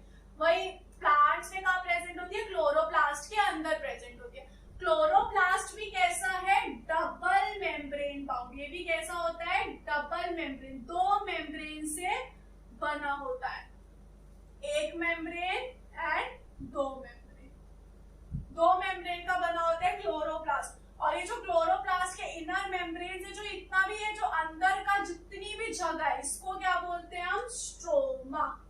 स्ट्रोमा क्या है? इनर मेम्ब्रेन के अंदर का जितनी भी जगह है उसको हम क्या बोलेंगे? स्ट्रोमा बोलेंगे। क्लोरोप्लास्ट भी सेम माइटोकॉन्ड्रिया के जैसे बहुत स्पेशल है, क्योंकि इसके पास क्या होता है? It's own DNA and protein. इसके पास खुद का डीएनए होता है और इसके पास खुद का प्रोटीन। नेक्स्ट जो ऑर्गेनेल है वो है वैक्यूल। नेक्स्ट ऑर्गेनेल कौन सी है? वैक्यूल। वैक्यूल को आप बोल सकते हो गोडाउन ऑफ द सेल, क्योंकि वैक्यूल क्या करती है? सारी चीजें स्टोर करके रखती है। वैक्यूल का काम ही यही होता है कि वो सारी चीजें क्या करके रखे? स्टोर करके रखे। तो वैक्यूल जो है क्या करता है? स्टोरेज का काम करता है। इसको लिए हम इसको क्या बोल सकते हैं? गोडाउन ऑफ द सेल भी बोल सकते हैं। एनिमल्स में जो ये वैक्यूल है वो बहुत सारे होते हैं और स्मॉल होते हैं। एनिमल्स में अगर मैं एनिमल सेल बनाऊं तो बहुत सारे छोटे छोटे वैक्यूल प्रेजेंट होते हैं। वही प्लांट सेल में वन वैक्यूल होता है, वो बहुत ही ज्यादा लार्ज होता है। एक ही है लेकिन कैसा है? बहुत ज्यादा लार्ज और सेंटर में प्रेजेंट होता है। कहाँ प्रेजेंट होता है? बिल्कुल सेंटर में। अब जो न्यूक्लियस है उसकी जगह कहाँ होती है, उसकी तो जगह होती है सेंटर में, न्यूक्लियस की जगह है सेंटर में। लेकिन प्लांट सेल में ये जगह किसने ले ली, वैक्यूल ने ले ली, तो न्यूक्लियस कहाँ शिफ्ट हो जाएगा, साइड में शिफ्ट हो जाएगा। इनमें क्या हो गया, nucleus is shifted to side. वहीं बीच की जगह किसने ले ली, वैक्यूल ने। वैक्यूल इनफैक्ट लगभग 90% ऑफ द सेल स्पेस ले लेता है। कितना ले लेता है, 90% ऑफ द सेल स्पेस ले लेगा vacuole in plant cell. Vacuole का काम क्या होता है, वो स्टोर करके रखता है चीजों को, जैसे कि स्टोर करता है वो वाटर को, फूड को, और बहुत इंपॉर्टेंट चीजों को, जैसे कि क्या हो गया, अमाइनो एसिड, स्टार्च, फैट, इन सबको भी क्या करके रखता है, स्टोर करके रखता है। तो इन सब चीजों को हम इन शॉर्ट क्या बोलते हैं, सेल सैप बोलते हैं। क्या बोलते हैं हम, सेल सैप भी बोलते हैं इन सब चीजों को, जो कि कौन स्टोर करके रखता है, वैक्यूल स्टोर करके रखता है। वैक्यूल जो होते हैं और भी टाइप के होते हैं, जैसे कि बैक्टीरिया है, उसमें क्या होता है, फूड वैक्यूल प्रेजेंट होता है। जैसे कि अमीबा है, उसमें क्या प्रेजेंट होता है, फूड वैक्यूल प्रेजेंट होता है। अमीबा में फूड वैक्यूल होता है। फूड वैक्यूल क्या करता है, स्टोरेज ऑफ फूड। वहीं किसी ऑर्गेनिज्म में जो वैक्यूल है वो वाटर की कंसंट्रेशन को मेंटेन करता है, जैसे कि समझो अगर बहुत ज्यादा पानी हो गया तो वो पानी को बाहर फेंक देगा, और वहीं अगर पानी कम हो गया तो पानी को स्टोर करने लग जाएगा। तो ऐसे वैक्यूल भी होते हैं। तो वैक्यूल का मेनली काम क्या है, storage of the food, water, या फिर हम कह सकते हैं सेल सैप को स्टोर करना। सेल सैप मतलब amino acid, starch, fat, water को मिला के हम क्या बोल सकते हैं, सेल सैप भी बोल सकते हैं। प्लांट में ये मेन रोल क्या करके रखता है कि इसने क्या कर लिया, वाटर को स्टोर करके रख लिया। तो वाटर को स्टोर करके रखेगा तो वो सेल क्या, प्लांट सेल का जो स्ट्रक्चर है उसको मेंटेन करके रखेगा। अब यहाँ पे जो पानी स्टोर है तो ये जो सेल का स्ट्रक्चर है वो मेंटेन रहेगा। अगर यहाँ से पानी निकल गया तो प्लाज्मा मेम्ब्रेन जो है वो रिड्यूस हो जाएगा, प्लाज्मोलाइसिस हो जाएगा। तो ये क्या करके रखता है, वैक्यूल जो है प्लांट सेल में सेल को रखता है रिजिड एंड टर्जिड। कौन रखता है, वैक्यूल रखता है किसको, सेल को। टर्जिड मतलब पूरा भरा हुआ रखता है, रिजिड मतलब पूरा टफ रखता है प्लांट सेल में। एनिमल सेल में नहीं, प्लांट सेल में, क्योंकि प्लांट सेल में वैक्यूल जो है वो इतना बड़ा होता है। तो ये पूरा था ऑर्गेनेल सेल के बारे में पूरा बेसिक 9th क्लास के लिए बिल्कुल पूरा detailed explanation. I hope you guys like the video. Don't forget to subscribe my channel and share this video with your friends.